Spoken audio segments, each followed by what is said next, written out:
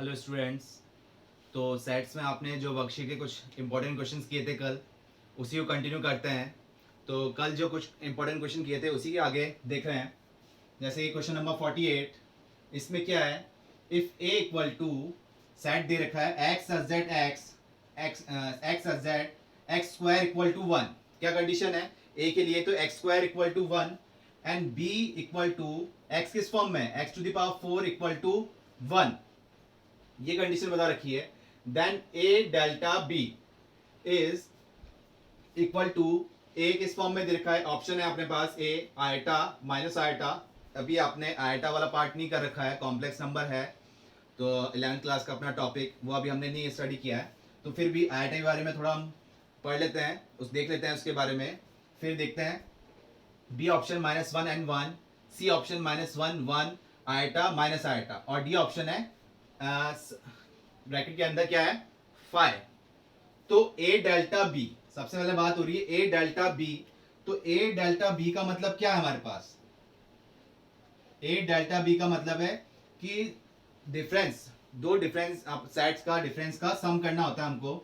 जैसे कि A minus B union B minus A, sum of difference of two sets. ठीक है, तो symmetry difference of two sets के लिए हमने ये देख लिया। अब a माइनस बी निकालना है और b माइनस ए निकालना है, लेकिन a हमें सेट बिल्डर फॉर्म में इस टाइप पे दे रखा है। तो क्या करें इसमें? तो एक्स स्क्वायर को जब हम सॉल्व करते हैं, जैसे a की हम जब बात कर रहे हैं तो a के लिए ये क्या है, x square equal to one. तो x की वैल्यू यहां से क्या आ रही है, प्लस माइनस वन। तो a वाला सेट तो आपका क्लियर हो जाएगा। क्या हो गया a सेट? तो माइनस का वन और प्लस का वन। अब यहां से आप जब बात कर रहे हैं x to the power four equal to one, तो x to the power four के लिए आप क्या देख रहे हैं इसमें, x to the power four equal to one जब यहां कर रहे हैं तो इस टेकिंग स्क्वायर रूट लिया तो ये क्या हो जाएगा, x square equal two plus minus one. अभी ये एक्स स्क्वायर की वैल्यू निकली है। अब ये कंडीशन क्या हुई कि x square equal two plus minus one, तो दो कंडीशन बन के आ रही है। अगर हम एक्स स्क्वायर, फर्स्ट कंडीशन ले रहे हैं हम, एक्स स्क्वायर को पॉजिटिव वन के इक्विवेलेंट लिया तो एक्स की वैल्यू क्या आ जाएगी, प्लस माइनस वन। क्लियर हुआ? अब अगर एक्स स्क्वायर को माइनस वन के इक्विवेलेंट ले रहे हैं तो अभी तक तो आप क्या लेते थे, नो पॉसिबल वैल्यूज, मतलब इसका सॉल्यूशन नहीं है आपके पास। तो अगर कॉम्प्लेक्स नंबर की बात हो रही है तो इसका हम सॉल्यूशन निकाल सकते हैं, अदरवाइज क्या लिखेंगे, नो पॉसिबल वैल्यूज। तो कैसे कर रहे हैं, आयटा, ये जो कॉम्प्लेक्स नंबर का पार्ट है इसे हम क्या बोलते हैं, आयटा। ब्रीफली तो हम उसमें डिस्क्राइब करेंगे कॉम्प्लेक्स नंबर के अंदर, देखेंगे हम। अभी आप हल्का सा इसको देख लीजिए, आयटा, आई को क्या बोलते हैं, इसको आयटा। आयटा मतलब कि क्या वैल्यू बोलते हैं, under root of minus one. Eta का मतलब, आयटा की वैल्यू क्या होती है, अनरूट ऑफ माइनस वन। तो आयटा स्क्वायर की वैल्यू क्या हो जाएगी, माइनस वन, इसका स्क्वायर कर लेंगे तो। और आयटा क्यूब की वैल्यू क्या हो जाएगी, इसको हम लिख सकते हैं आयटा स्क्वायर इंटू आयटा, जो कि आयटा स्क्वायर कितना होता है, माइनस वन इंटू आयटा। तो ओवरऑल आयटा क्यूब की वैल्यू क्या आई, माइनस का iota. Iota to the power four की वैल्यू क्या हुई, इसको लिख सकते हैं हम आयटा स्क्वायर का स्क्वायर। आयटा स्क्वायर आपके पास है माइनस वन का स्क्वायर, जब हम कर रहे हैं तो क्या आ गया, वन आ गया। तो ये चार जो वैल्यू है आयटा के लिए, ये आपको ध्यान रहनी चाहिए। इससे आयटा की कितनी भी वैल्यू हो आप कैलकुलेट कर सकते हैं। क्लियर हुआ आपको? तो यहां से एक्स स्क्वायर माइनस वन के इक्विवेलेंट है। तो अब इसको जब मैं लिखूंगा x की वैल्यू, तो ये क्या हो जाएगी, plus minus under root of minus one, इस टाइप से लिख सकता हूं, जो कि under root of minus one को हम क्या लिख रहे हैं, आयटा। तो ये हो गया प्लस माइनस आयटा। तो x की वैल्यू क्या आई, प्लस माइनस आयटा, और यहां से क्या आई थी, प्लस माइनस वन। तो ये किसके लिए किया हमने, x to the power four के लिए, मतलब बी सेट के लिए। तो बी सेट के अकॉर्डिंग हमारे पास वैल्यू क्या आ रही है, एक तो माइनस वन और एक वन, एक माइनस आयटा और एक प्लस का आयटा। ये बी सेट के एलिमेंट आ गए। अब हम बात कर रहे हैं ए माइनस बी की। तो ए माइनस बी का मतलब आपको पता है, क्या करते हैं, ए में से बी वाले एलिमेंट्स को हटा देते हैं, तो कॉमन पार्ट हट जाएंगे, माइनस वन हट गए, क्या रह जाएगा, ए में तो a माइनस बी की जब बात कर रहे हैं तो यहां अब a माइनस बी में तो कुछ बचा ही नहीं, तो इसे हम क्या बोल देंगे, a माइनस बी वाले पार्ट के अकॉर्डिंग तो क्या हो जाएगा 5 बचेगा, कि a के एलिमेंट थे -1 और 1 जो कि हट चुके हैं, ठीक है। तो इसमें पार्ट क्या आ गया 5, और b माइनस ए की जब बात कर रहे हैं तो -1 और 1 हट चुके हैं, तो क्या रह गए, b के जो रिमेनिंग एलिमेंट रह गए हैं वो लिखे जाते हैं। आपको पता है डिफरेंस ऑफ सेट के अंदर कि a माइनस बी लिख रहे हैं तो कॉमन पार्ट तो हट जाएगा, रिमेनिंग एलिमेंट उसी के लिखे जाएंगे जो फर्स्ट सेट है a के, और अगर b माइनस ए है तो अगर रिमेनिंग एलिमेंट बच रहे हैं b में तो वही लिखे जाएंगे, a में जो बच रहे हैं उससे कोई मतलब नहीं। तो ये टर्म आ गया। अब ओवरऑल देखा जा रहा है तो a डेल्टा b हमको फाइंड आउट करना था। a डेल्टा b क्या था, a minus B union b minus A, तो फाई यूनिवर्सल, फाई मतलब एम्प्टी सेट, इसको हम क्या लिख सकते हैं एम्प्टी सेट। तो दिस प्लस दिस जब हम कर रहे हैं तो क्या आ रहा है माइनस आयटा और आयटा, तो ये a डेल्टा b आया, तो इसके अकॉर्डिंग कौन सा ऑप्शन जा रहा है हमारे पास, a ऑप्शन जा रहा है। तो ऐसा क्वेश्चन के अंदर कुछ भी नहीं था, बस आप लोगों को क्या दिक्कत दे रहा था, ये आई दिक्कत दे रहा था जो कि कॉम्प्लेक्स नंबर का पार्ट है आयटा, तो हमने इसको ये पॉइंट आप बेसिकली ध्यान रखेंगे तो इस टाइप क्वेश्चंस हो जाएंगे। अदरवाइज डीपली तो हम स्टडी करेंगे इसको कॉम्प्लेक्स नंबर के अंदर। और क्वेश्चन देखते हैं इसमें। नेक्स्ट क्वेश्चन हमारे पास, if N A is equal to set form में दे रखा है A N belongs to natural number, ये स्मॉल एन क्या है नेचुरल नंबर को बिलोंग कर रहा है, और ए क्वेश्चन के अकॉर्डिंग हम वैल्यू ले लेंगे, अदरवाइज कुछ भी वैल्यू ले सकते थे लेकिन क्वेश्चन के अकॉर्डिंग देखेंगे। तो n क्या है नेचुरल नंबर, तो n3 इंटरसेक्शन n5, तो इंटरसेक्शन तो हम ले लेंगे, पहले ये पता होना चाहिए n3 क्या होगा और n5 के एलिमेंट्स क्या होंगे, इज इक्वल टू ये किसके इक्विवेलेंट जाएंगे, तो ये तो तभी बता पाएंगे जब n3 n5 के नंबर्स हमें पता होंगे। तो कैसे कर रहे हैं, तो ए डिनोट कर रहा है ये नंबर, ठीक है। तो जैसे कि हम बात कर रहे हैं n, अगर मैं 1 ले लेता हूं या 2 ले लेता हूं, या चलो 2 क्यों, अब जो क्वेश्चन में चल रहा है उसी के अकॉर्डिंग देख लेते हैं। तो n3 पे जब बात हो रही है तो a की जगह तो 3 हो गया, ये किस फॉर्म में चलेगा, ये चलेगा 3n और n belongs to natural number, इस टाइप से हो जाएगा। अब n belongs to natural number है तो इसका मतलब क्या हुआ, ये 3 के मल्टीपल हो जाएगा, तो इसके सेट्स जो आ रहे हैं, इसके एलिमेंट जो आ रहे हैं, अगर मैं 1 पुट करता हूं तो क्या हो जाएगा 3, 2 पुट करने में 6, फिर 9, फिर 12, फिर 15, फिर 18 और ऐसे चलते जाएंगे। ये हुआ 3 टाइम्स चलता जाएगा, ये 3 के मल्टीपल्स आ गए। अब क्वेश्चन के अकॉर्डिंग अगर n5 है हमारे पास तो क्या हो जाएगा, इसको मैं क्या लिख सकता हूं, a की जगह 5 आ जाएगा, ये हो गया 5n, और n क्या है belongs to integer, sorry natural number, तो नेचुरल नंबर है n की वैल्यू जब हम पुट कर रहे हैं 1 पुट किया तो 5 हो गया, 2 पुट करने पे 10, फिर 15, फिर 20, फिर 25, फिर 30 और ये सो ऑन चलते जाएंगे, कोई लिमिट है नहीं हमारे पास कि नेचुरल नंबर क्या है इनफाइनाइट तक है। तो अब बात हो रही है n3 इंटरसेक्शन n5 पे, तो क्लियर हुआ आपको n3 और n5 में कॉमन पार्ट क्या आ रहा है, ये 15 ही आएगा, ठीक है। ऐसे आगे जाके 30 मिलेगा एक आपको, वो कॉमन पार्ट आ जाएगा, तो मतलब क्या आएगा 15 के मल्टीपल्स फॉर्म में जाएगी। तो जब भी इस टाइप से क्वेश्चंस आए कि मल्टीपल फॉर्म देखी जाए तो आप इन नंबर्स का एलसीएम ले लिया करो, एलसीएम ऑफ 3 and 5 जो कि क्या आ जाएगा 15। जब भी इस टाइप क्वेश्चन हो तो आप इनका क्या ले लेंगे, एलसीएम ले लेंगे, तो ये फॉर्म क्या जाएगी n3 intersection n5, common part आएंगे क्या 15 आ जाएगा, 30 आ जाएगा, 45 आ जाएगा, 60 आ जाएगा एंड सो ऑन, मतलब कि 15 के मल्टीपल्स हो गए। तो इसके अकॉर्डिंग n8 तो सेटिस्फाई कर ही नहीं रहा, n5 के मल्टीपल तो हैं लेकिन सारे 5 वाले नहीं आ रहे, 3 के मल्टीपल तो हैं लेकिन सारे नहीं है, तो इसको हम इस पार्ट के अकॉर्डिंग नहीं बोल सकते n15, ये 15 वाला पूरा सेटिस्फाई कर रहा है, तो इसको हम क्या लिख देंगे n15, मतलब कि इसको ऐसे ना लिख के अगर इस फॉर्म में लिखा जाए तो ये क्या फॉर्म बन रही है, इसको हम ऐसे लिख सकते हैं 15n where n belongs to natural number, तो इसको क्या बोल देंगे, n 15। तो क्या ऑप्शन मिला इससे हमको, डी ऑप्शन मिल गया। किसके इक्विवेलेंट आ गया ये, n 15 के इक्विवेलेंट आ गया। ये क्या थी, वैल्यू 15। क्लियर हो आपको, इस टाइप क्वेश्चन ध्यान रखिएगा, ऐसे करने होंगे। नेक्स्ट क्वेश्चन है हमारे पास, इफ ए, एक साइड दे रखा है किसमें, जिसके ऑर्डर पेयर है x, y, किस फॉर्म में x, y क्या आएंगे, एक रिलेशन दे रखा है x square plus y square equal to 25। तो ए सेट जो ऑर्डर पेयर आएगा x, y किस फॉर्म में लेंगे, जो इस इक्वेशन को सेटिस्फाई करेगा, x square plus y square equal to 25, जो कि आपने पहले भी अभी ए और बी वाला क्वेश्चन किए थे, तो उसके अकॉर्डिंग आपने ऑर्डर पेयर निकाला था, तो इसके अकॉर्डिंग भी आप निकाल सकते हैं।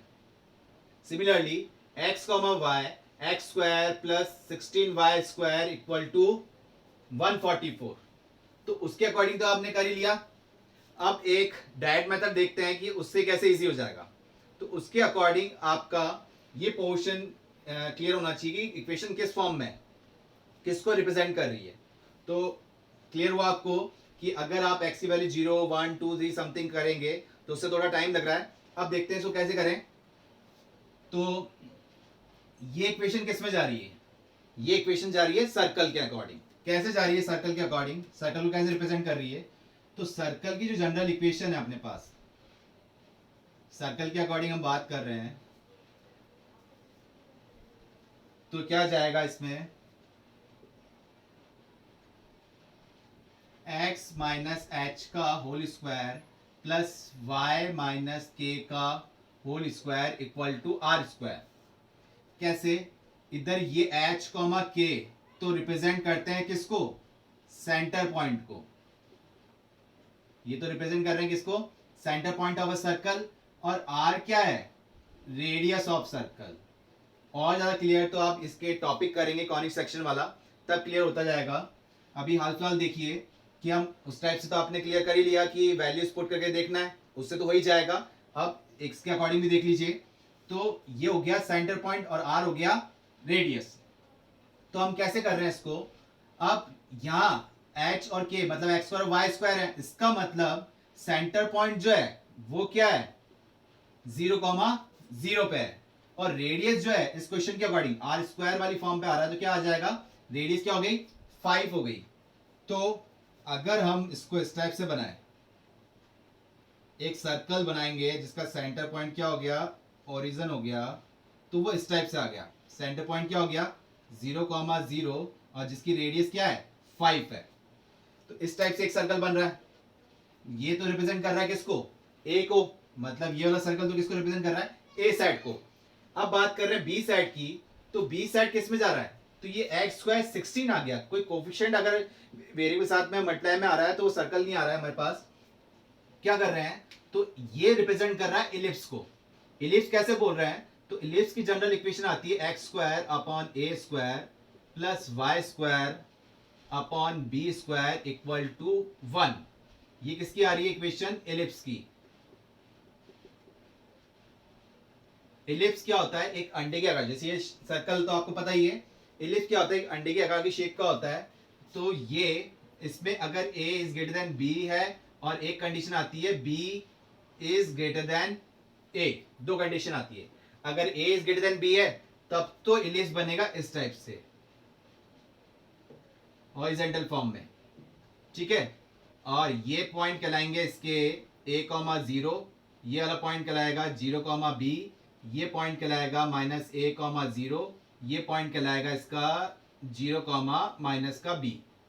और अगर b is greater then a तो अंडे की आकार की शेप तो बनेगा, लेकिन ये बनेगा वर्टिकली इस टाइप से, इस टाइप से बनेगा। तो ये पॉइंट तो वापस आ गए a,0, ये हो गया 0,b, ये वापस वही हो जाएंगे वर्टिसेस इसके -a,0, और ये आ गया 0,-b। मतलब कि अगर a is greater then b है तो जो इसकी मेजर एक्सिस है ना वो हॉरिजॉन्टल शेप में जाएगी, और वर्टिकल बेस में जा रहा है तो मेजर एक्सिस कौन सी कहलाएगी, वर्टिकल वाली कहलाएगी। मेजर, माइनर और क्या और पॉइंट्स होते हैं वो जब आप कॉनिक सेक्शन करेंगे तो क्लियर हो जाएगा। हाल फिलहाल बस अपना ध्यान रखें कि ये किस शेप में जा रहा है, x square upon a square plus y square upon b square is equal to 1। तो कैसे इसको ला रहे हैं हम, तो एक्स स्क्वायर 144 को डिवाइड करते हैं, 144 मतलब क्या हुआ 12 का स्क्वायर, तो ये तो बन गया 12 का स्क्वायर प्लस वाई स्क्वायर 16 अगर कट कर रहे हैं 144 को तो कितना बन जाएगा 9 मतलब 3 का स्क्वायर, ये टर्म बन जाएगी हमारे पास 16 और ये 144 को जब हम कट कर रहे हैं तो ये क्लियर हुआ हमारे पास आ गया x square upon 12 square y square upon 3 square. तो यहां पर क्या है a is greater than b वाली कंडीशन आ रही है, यहां तो 1 बच गया और इसके अंदर क्या देख रहे हैं 12 इज ग्रेटर देन 3 मतलब कि ये वाली शेप आ गई, हॉरिजॉन्टल शेप आ गई। क्लियर हुआ आपको? तो ए की वैल्यू तो कितनी आ रही है 12 और यहां से बी की वैल्यू कितनी है 3।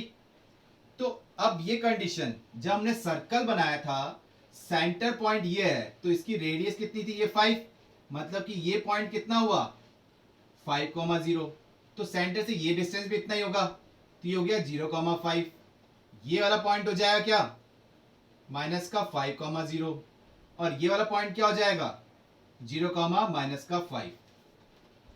अब इंटरसेक्शन की बात हो रही है तो इंटरसेक्शन मतलब कॉमन पॉइंट्स, तो कॉमन पॉइंट्स देखते हैं, अगर इसको अपन इलिप्स भी यहीं बना लेते हैं, अगर इंटरसेक्शन मतलब इलिप्स और सर्कल एक दूसरे को इंटरसेक्ट कर रहे हैं तो कितने पॉइंट्स पे इंटरसेक्ट कर रहे हैं वो यहां से हमें क्लियर हो जाएगा, और कुछ भी इंटरसेक्ट नहीं कर पा रहे तो नन ऑफ दिस आर, लेकिन नन ऑफ दिस है ही नहीं, कम से कम मतलब एक पॉइंट मिनिमम है और 4 पॉइंट मैक्सिमम मतलब कट तो कर ही रहा है। तो देखते हैं कैसे, तो अब यहां इसके अकॉर्डिंग देख रहे हैं तो ए की वैल्यू तो कितनी आ रही है 12, अगर यही मैं देख रहा हूं ये हमारे पास ये तो y एक्सिस है ये माइनस y एक्सिस है और इसको मैंने एक्सटेंड कर दिया ये x एक्सिस है और ये हमारे पास माइनस की x एक्सिस है, तो 5 पॉइंट यहां मिला है जो कि x एक्सिस पे, ये कहां देखा जा रहा है x एक्सिस पे देखा जा रहा है, a,0 कहां था x एक्सिस पे, ये भी y और ये x है ना, ठीक है। तो a पॉइंट कहां देखा जा रहा है x एक्सिस पे, तो 12 पॉइंट, तो 5 यहां था तो 12 कंफर्म यहां होगा, ले लेते हैं हम इसको, ये पॉइंट हो जाएगा 12,0 तो माइनस 12,0 इधर ले लेते हैं, ठीक है।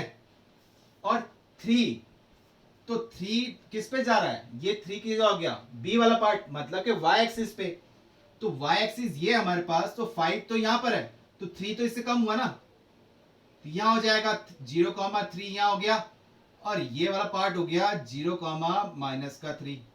क्लियर हुआ आपको? हम इसी में इसको भी ड्रॉ कर रहे हैं, तो इलिप्स जो एक अंडे के आकार की शेप है तो किस टाइप से जा रही है वो हम इस टाइप से बना लेते हैं, इसको एक रफली डायग्राम,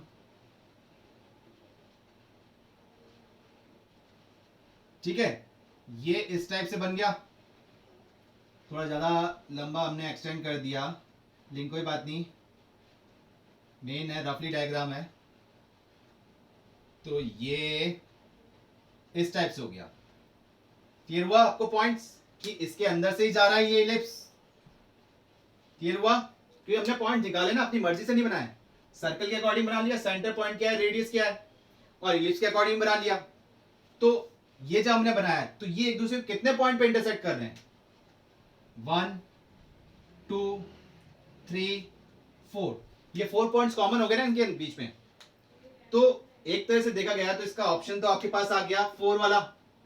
अभी आपको क्या लग रहा है ये थोड़ा लेंथी लग रहा है, आप सोचेंगे सर जो पहले वाला किया था कि x की वैल्यू 0 1 2 3 समथिंग पुट करके y की वैल्यू आ जाएगी, सिमिलरली हम ये कर लेंगे, तो अभी वो पैटर्न आपको इजी लग रहा है क्योंकि अभी आपको इसमें इस पे इतना कॉन्सेप्ट क्लियर नहीं है, ये इसलिए बताया आपको कि अभी हमने जब किया है तो थोड़ा लेंथी जा रहा है, लेकिन जब आप इस पे करने लग जाएंगे कॉनिक सेक्शन जब आप कर लेंगे तो ये पार्ट आपको इजी रहेगा, ये आपके दिमाग में रहेगा कि इलिप्स इक्वेशन क्या होती है, क्या रिप्रेजेंट कर रही है, कैसे रिप्रेजेंट कर रही है, सर्कल क्या क्या रिप्रेजेंट कर रहा है, कैसे कहां बनेगा, तो आपको क्लियर हो जाएगा। तो एक तरीका है इस क्वेश्चन को इस टाइप से करने का, अदरवाइज आप पहले वाला पॉइंट से भी कर सकते हैं। नेक्स्ट क्वेश्चन है हमारे पास, if N A equal to 8 मतलब number of elements of A set is equal to 8 and number of elements A intersection B is equal to 2, then number of elements A intersection B का whole complement intersection A is equal to, जो कि 4 option दे रखे हैं 2 4 6 and 8। तो इस question में दिक्कत क्या है, ए इंटरसेक्शन बी का होल कॉम्प्लीमेंट होता तो हम कर लेते, लेकिन साथ में क्या दे रखा है, इंटरसेक्शन ए और दे रखा है। तो आपने प्रॉपर्टीज वाला किया था कि प्रॉपर्टीज कैसे एक्सपेंड करते हैं, distributive law, associative law, commutative law, D Morgan's law, ये आपने किए थे। तो उसी के अकॉर्डिंग देखते हैं किस टाइप से प्रॉपर्टीज एक्सपेंड होती है। प्रॉपर्टी भी आपको ध्यान में रखना है। मैंने आपको बताया था कि आप एग्जाम्पल लेके भी आप सॉल्व कर सकते हैं, वेन डायग्राम से भी आप सॉल्व कर सकते हैं, लेकिन कुछ क्वेश्चंस ऐसे होंगे जहां आपको प्रॉपर्टीज हेल्प करेगी। तो बेसिक प्रॉपर्टी आपको ध्यान में रहनी चाहिए। तो अब ए इंटरसेक्शन, इसको हम ब्रेक करते हुए करते हैं। अब ए इंटरसेक्शन बी का होल कॉम्प्लीमेंट अगर हम बात कर रहे हैं, तो number of element A intersection B का होल कॉम्प्लीमेंट, तो आपने क्या याद किया था इसको, number of element A complement union B complement, यही किया था, A complement union B complement, या फिर आपने किया था यूनिवर्सल में से ए इंटरसेक्शन बी माइनस किया। ठीक है, इसको आप क्या लिख सकते हो, इस टाइप से भी लिख सकते हो और ये भी लिख सकते हो। आपको कहा था कि इसको इस टाइप से भी लिख सकते हैं, ये भी ध्यान देना चाहिए, और इसको इस टाइप से भी लिख सकते हैं, इसको इस टाइप से भी लिख सकते हैं, इसको इस टाइप से भी लिख सकते हैं। ये सारा आपको ध्यान में रहना चाहिए कि कब कौन से पॉइंट की आपको हेल्प लेनी पड़ जाए, पता नहीं है। तो इसको हमने इस फॉर्म में लिख सकते हैं। अब यूज करते हैं यहां पर, तो एन ए इंटरसेक्शन बी का whole complement intersection A is equal to, इसको हमने लिखा एन, इसकी जगह लिख दिया A complement union B complement intersection A. ठीक है, तो क्या पार्ट बन रहा है इसके अकॉर्डिंग, इसको हम जब सॉल्व कर रहे हैं तो ए कॉम्प्लीमेंट इंटरसेक्शन ए, एक बार तो इसके साथ पेयरिंग कर लेते हैं, तो ये फॉर्म बन गई ए कॉम्प्लीमेंट इंटरसेक्शन ए और union B complement intersection A. एक बार तो ए कॉम्प्लीमेंट की इसके साथ पेयरिंग कर दी, फिर यूनियन बी कॉम्प्लीमेंट की इसके साथ पेयरिंग कर दी डिस्ट्रीब्यूटिव के अकॉर्डिंग। तो ए कॉम्प्लीमेंट मतलब ए का उल्टा और ए इंटरसेक्शन की बात हो रही है, तो आपको एक प्रॉपर्टी ध्यान थी कि ए इंटरसेक्शन ए कॉम्प्लीमेंट क्या होगा, 5 होगा, क्योंकि इंटरसेक्शन मतलब क्या होता है, कॉमन पार्ट, और ए कॉम्प्लीमेंट, ए का उल्टा, दोनों में कॉमन क्या आएगा, कुछ भी नहीं आएगा। तो ये किसके इक्विवेलेंट हो गया, 5 के। तो ये नंबर ऑफ एलिमेंट क्या मिला आपको, 5 universal B complement intersection A. तो 5 के साथ जब आप ऐड कर रहे हो तो कोई मतलब है नहीं, ये तो नल हो गया। तो ये क्या आ जाएगा, number of element B complement intersection A. इसको हमने सिंप्लीफाई करते हुए यहां तक लिया है।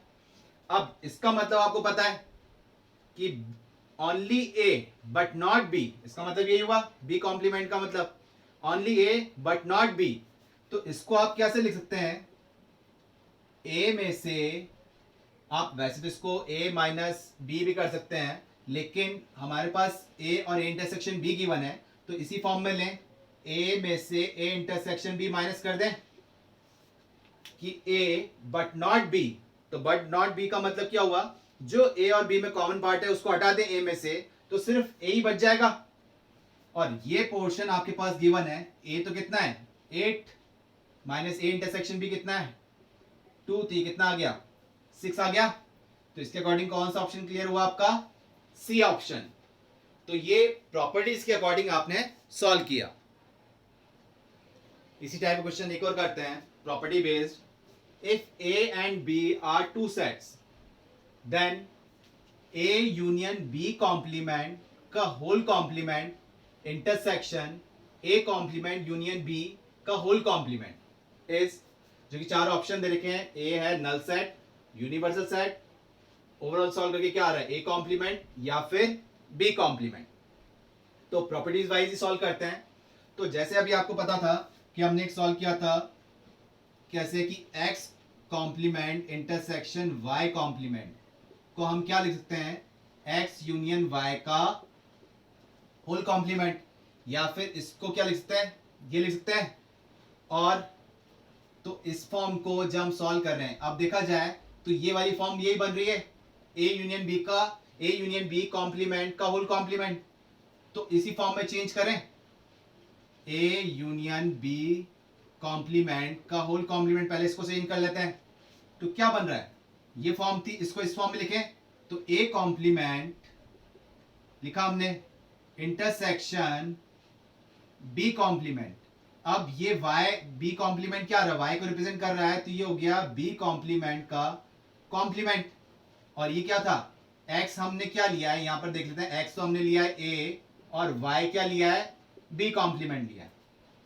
ठीक है, तो जब इसको हम जब सॉल्व कर रहे हैं तो क्या फॉर्म बन जाएगी, x का कॉम्प्लीमेंट मतलब a का कॉम्प्लीमेंट, x क्या था हमारे पास, a था, y का कॉम्प्लीमेंट मतलब y क्या था, b कॉम्प्लीमेंट, तो b कॉम्प्लीमेंट का कॉम्प्लीमेंट।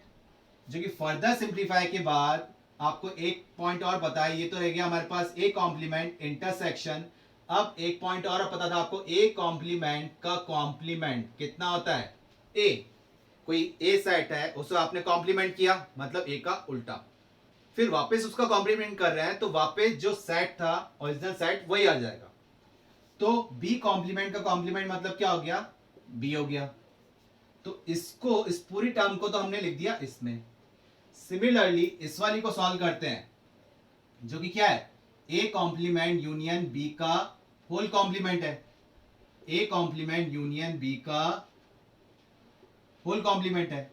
तो अब यहां से हम इसको चेंज करते हैं, अब कि x तो मान लिया हमने कितना,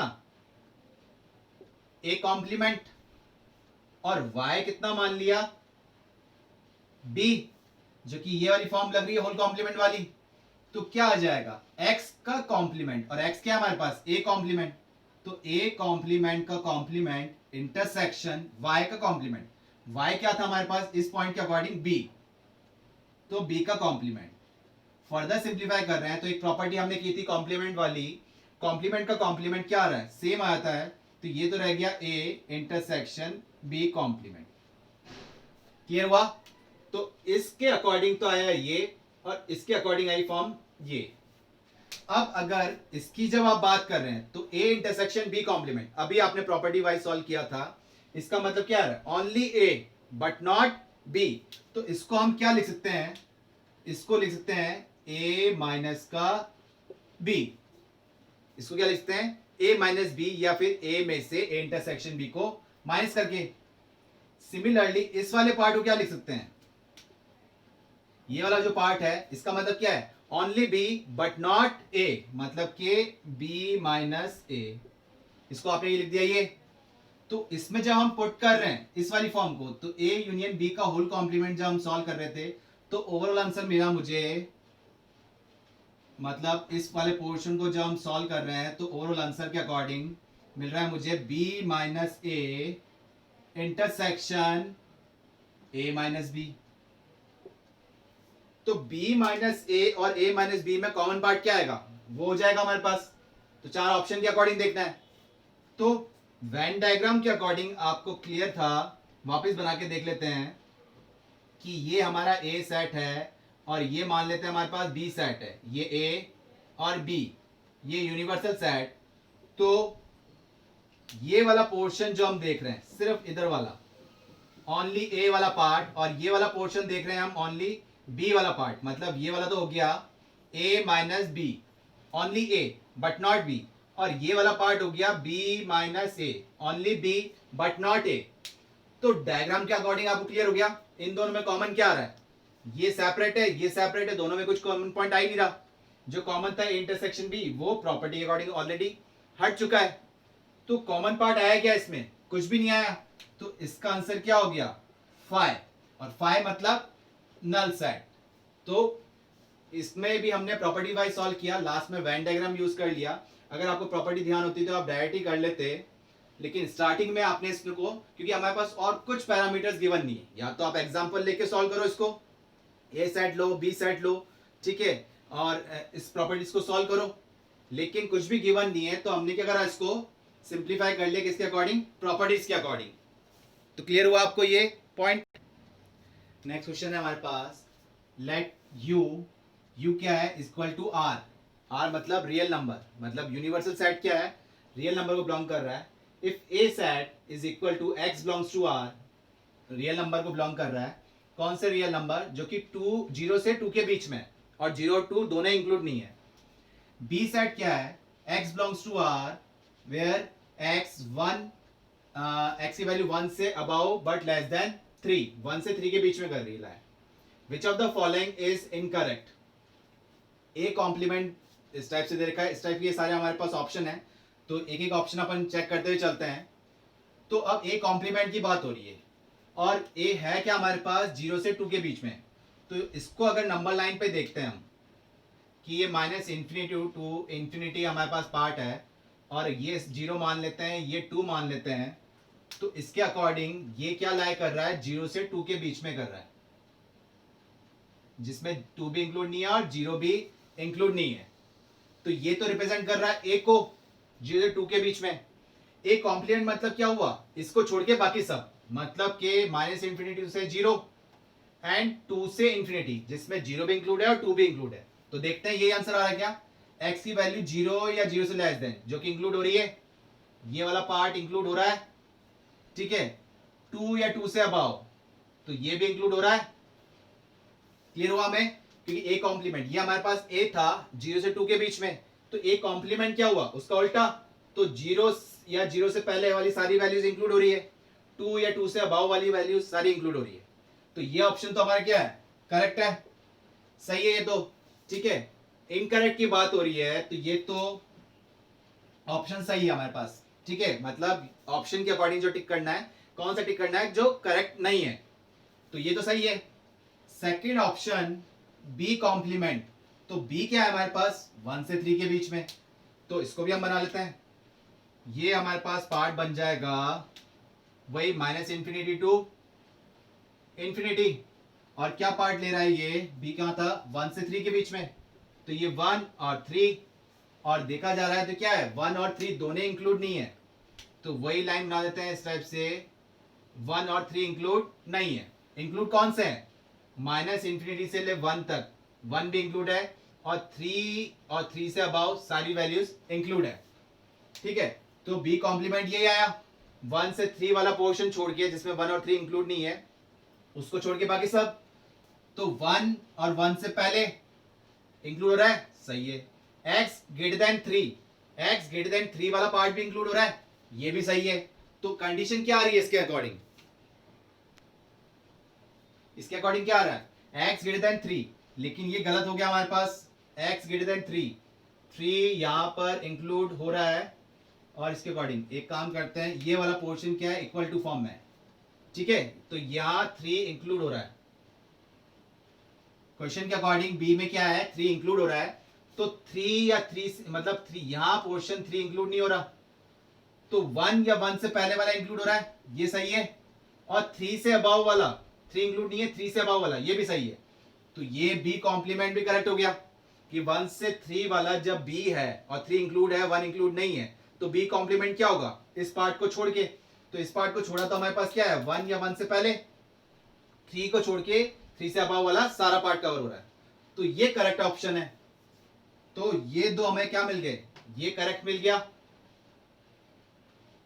ये भी करेक्ट मिल गया।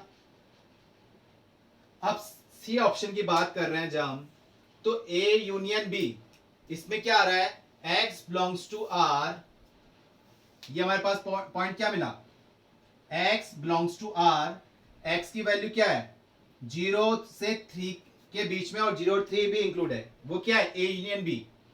तो a हमारे पास क्या था 0 से 2, और b हमारे पास क्या था 0 से और 1 से 3। तो ओवरऑल क्या हुआ, a यूनियन b की जब हम बात करेंगे तो 0 से 2 तक, तो 0 से लेके 3 तक इंक्लूड हो रहा है, जिसमें 0 तो इंक्लूड नहीं था लेकिन 3 इंक्लूड है, तो ये a यूनियन b आ जाएगा। तो आप चेक करते हैं a यूनियन b क्या दे रहा है, 0 से 3 के बीच में ले रहा है, सही ले रहा है, बट यहां पर ये इनइक्वालिटी के साइन में के साथ में क्या ले रहा है, इक्वल भी ले रहा है, जबकि क्वेश्चन के अकॉर्डिंग a में हमारे पास क्या है 0 इंक्लूड नहीं है, और इसमें तो 0 है ही नहीं, तो और इसने क्या रखा है a यूनियन b में 0 को इंक्लूड कर रखा है, और हमारा क्या आ रहा है कि 0 इंक्लूड नहीं हो रहा, 0 से अबाउ सारी वैल्यू इंक्लूड हो रही है। तो ये वाला पोर्शन इनकरेक्ट हो गया, तो क्वेश्चन के अकॉर्डिंग यही हमारा करेक्ट इनकरेक्ट ऑप्शन जा रहा है। क्लियर हुआ? ये ऑप्शन टिक होगा हमारा। फिर भी डी ऑप्शन भी देख लेते हैं, ए इंटरसेक्शन बी, इन दोनों में कॉमन पार्ट क्या आएगा? 0 से 2 के बीच में और 1 से 3 के बीच में क्या पार्ट कॉमन आ रहा है कि 1 से 2 के बीच में, 1 से 2 के बीच में कॉमन पार्ट रहेगा, और 1 और 2, 1 इंक्लूड नहीं है, 2 भी इंक्लूड नहीं है। क्लियर हो गया कि कॉमन पार्ट क्या आ रहा है? 1 से 2।